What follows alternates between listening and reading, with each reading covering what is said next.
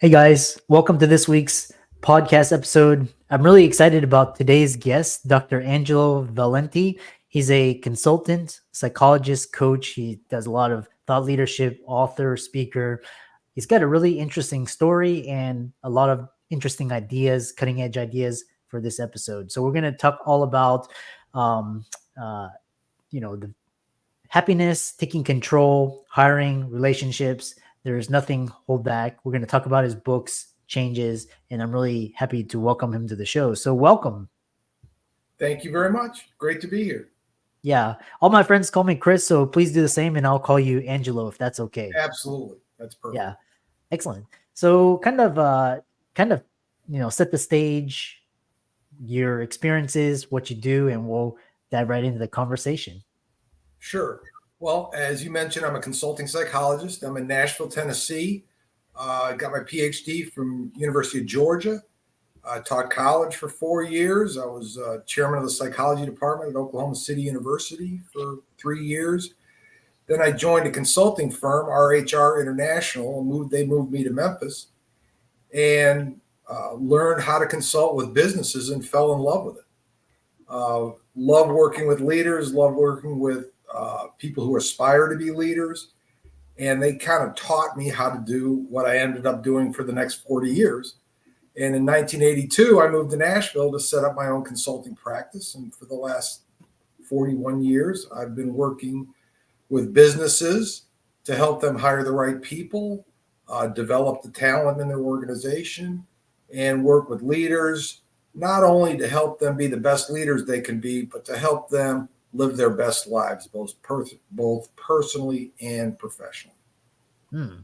Yeah, I love that. So kind of talk about so you've kind of been you've done this whole entrepreneurial pathway and kind of talk about these well, first thing is basically taking control of your life. A lot of people are still have their employers and they're either miserable, they want out, but they don't have control. Kind of talk about taking control of your life.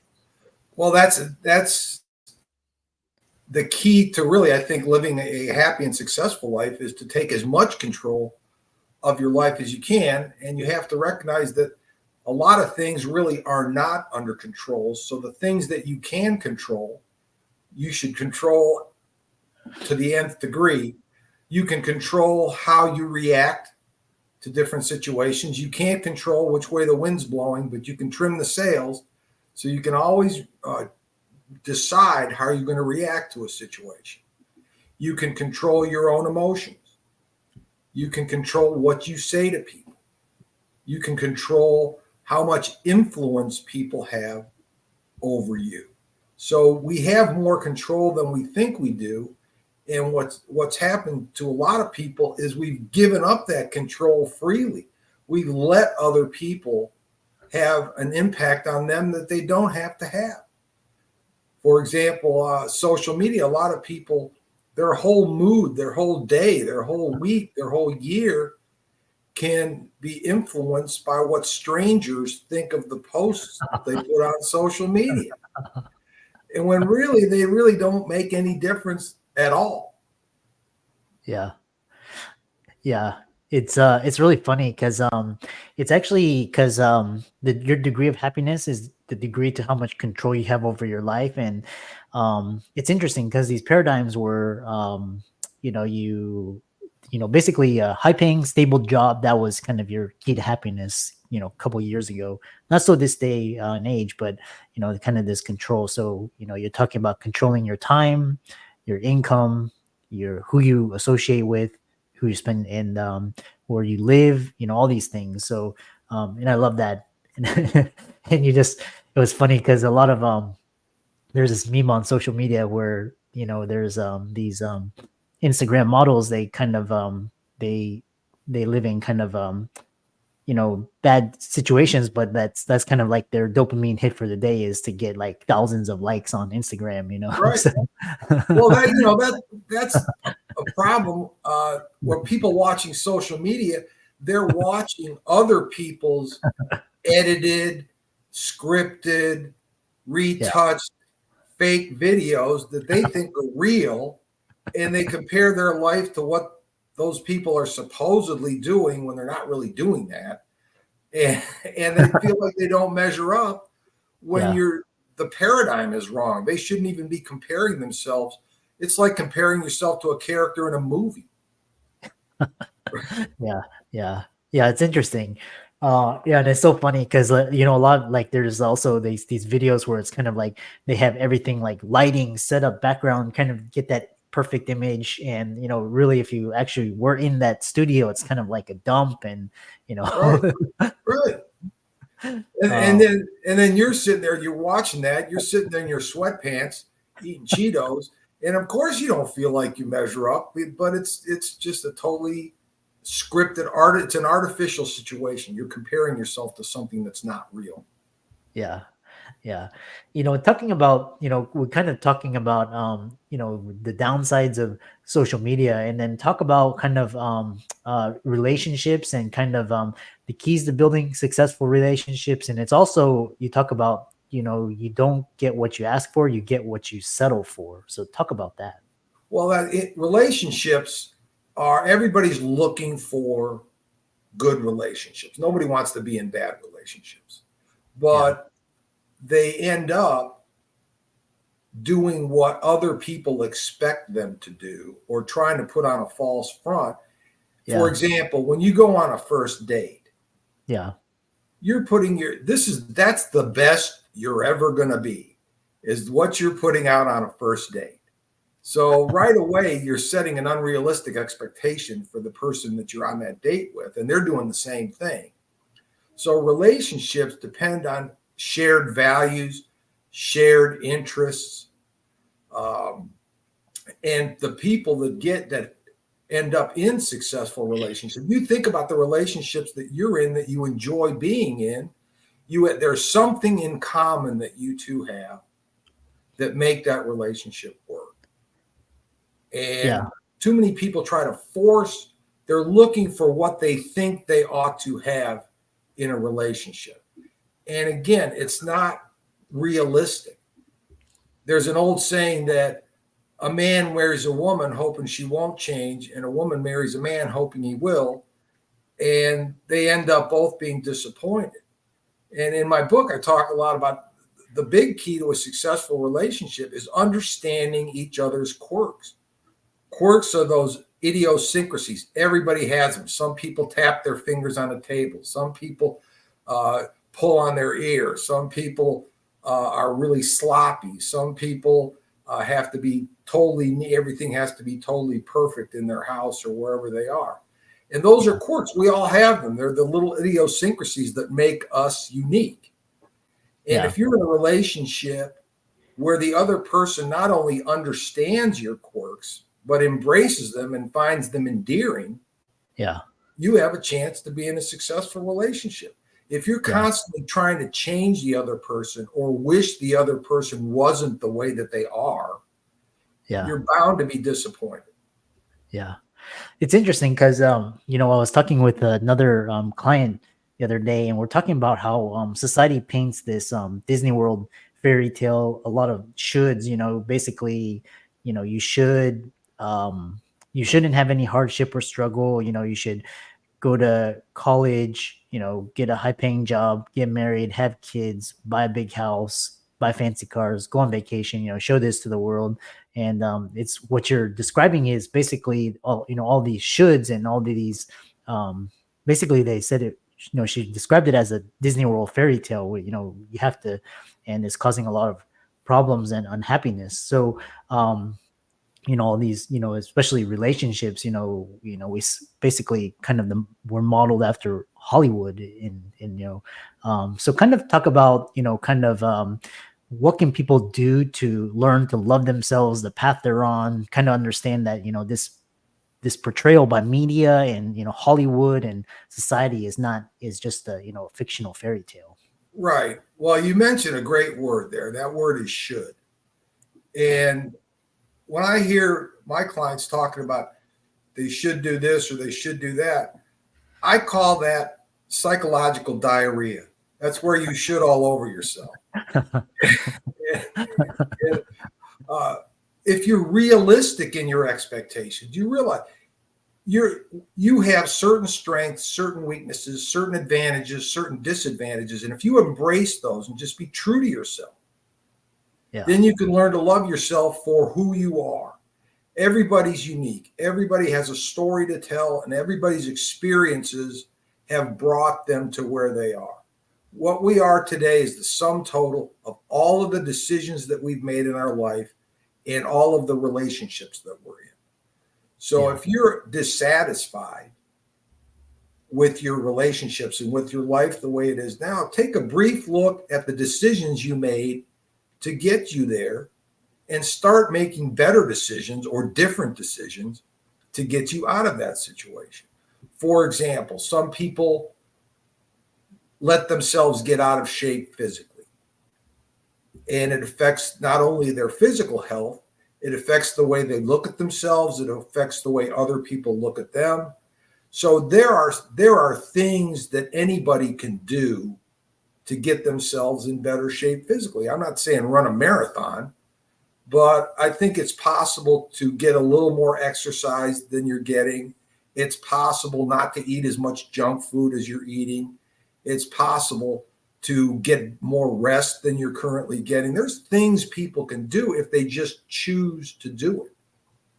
And people are great at coming up with excuses for why they're not doing, but the time to do it is right now.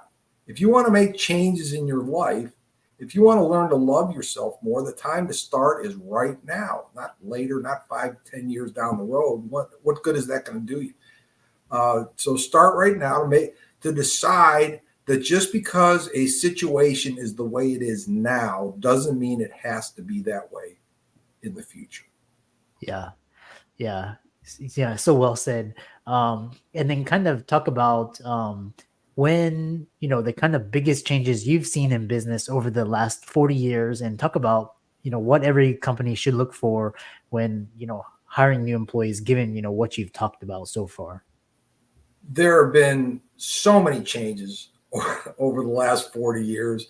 When I started my practice in 82, and I assessed candidates for employment, internal and external candidates, and I'd end up writing a report.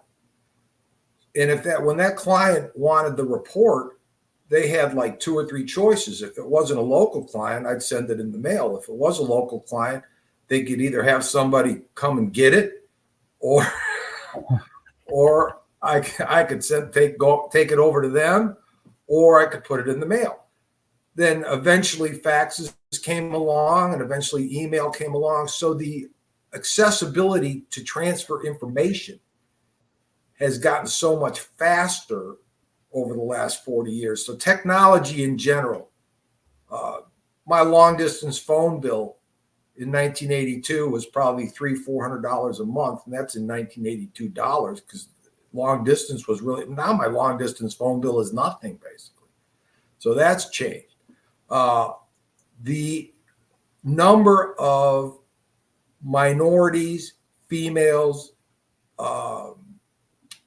people of color, the workforce is much more diverse than it was 40 years ago. It was very rare 40 years ago for me to work with a female executive, leader, business owner. Very common now. And that's one of the great advances. We have, as I said, a much more diverse workforce. The third thing that's changed is people's expectations for their job.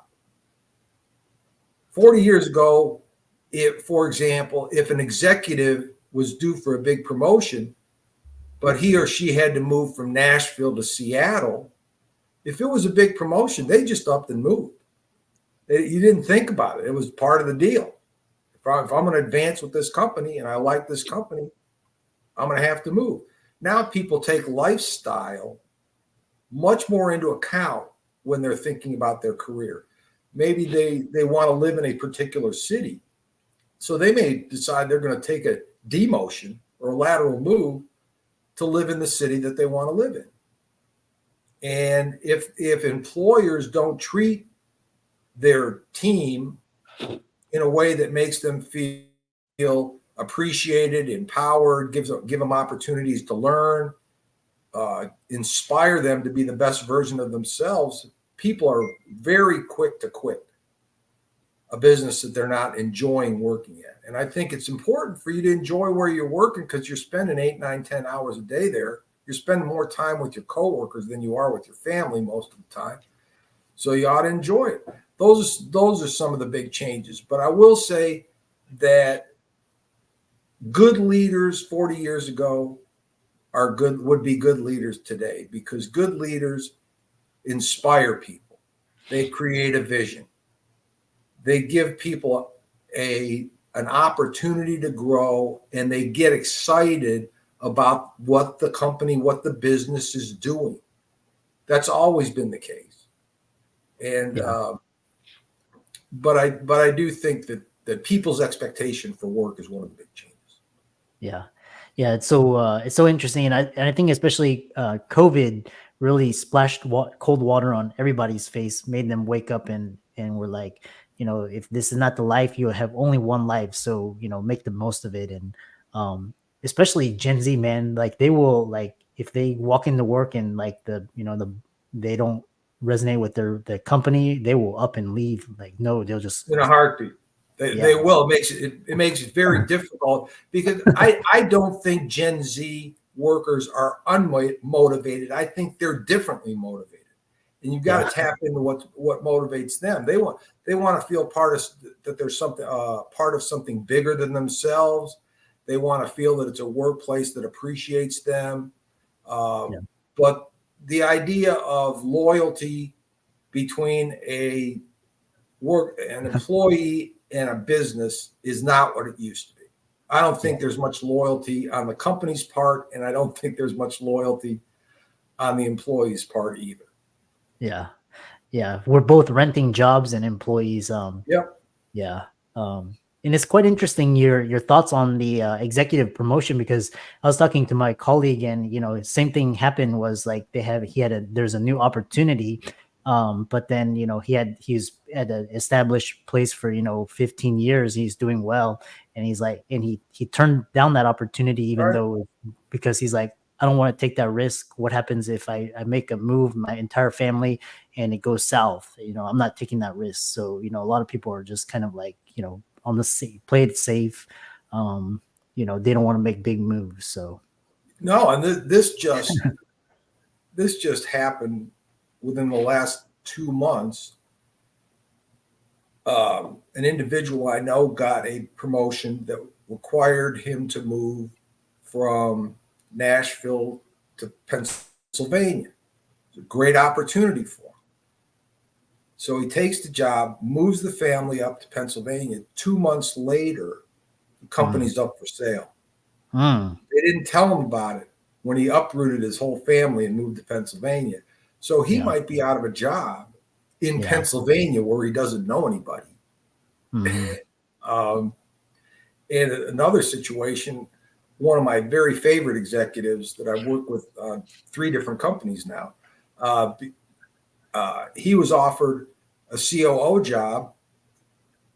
The company was in Columbus. He was living in Charlotte. His family told him, we are not moving from Charlotte. So the company, he wanted to be a CEO. So the company said, okay, you can commute, you can remote work, live in Charlotte and work in Columbus. And 6 months later, the owners of the business said, we really want you to be CEO, but you have to move to Columbus. And he said, that wasn't the deal when you hired me. So to his credit, he resigned, and he got a CEO job with another business that's headquartered in Oklahoma, in Tulsa, but he still gets to live in Charlotte. So that was a win-win. But businesses that aren't honest with people kind of get what they deserve. Yeah. Yeah. Yeah. So kind of talk about, where your book, where people can find it, and I'm going to check it out as well, and how they can follow you on socials, check out all Sure. your work, etc. The name of my book is You're Making This Way Too Hard. Find Your Easy Way to Enjoy Life. It's got a lot of practical tips. We talked about control, decision-making, relationships. There's a chapter about money. because I think money, people don't understand how money really works in terms of how it affects their life. Got a lot of personal stories because I think by sharing my journey, I can give people some ideas, maybe what to do, what not to do, because I've made a bunch of mistakes along the way, as everybody has, but I've learned from them, I have fun telling about them now. Uh, you can find it on Amazon. You can find it where other places books are sold, Barnes and Noble and various other book outlets. You can find me on LinkedIn at Angelo Valenti, PhD. You can find me on Facebook, Angelo Valenti. You can find me on Instagram. My website is angelovalenti.com. Very simple. If you want to book a discovery call and find out how we might be able to work together, you can go to reachangelo.com and that'll take you right to my calendar. And I'd love to hear from you. Send me an email, angelo@angelovalenti.com. Yeah, and be sure to follow Angelo on all his channels. Leave a 5-star review. Check out his book as well. The interesting thing is, in the book is the only problems money solves are money problems. Money problems, absolutely. Yeah, and yeah, it's like it's basically you see people winning the lottery and then like a year later they're dirt broke and they're Right. unhappy. So, but yeah, so And so many rich people that supposedly have everything are miserable, yeah, right? And they're more miserable because everybody's telling them, what do you have to be miserable about? And money isn't the answer. Money is a tool. yeah. It gives you more choices. That's all it does. Yeah, exactly. I love that. And what a way to end the show. And I really enjoyed this conversation. And thanks so much for coming on to the podcast. Thank you very much. I had a good time. Appreciate it.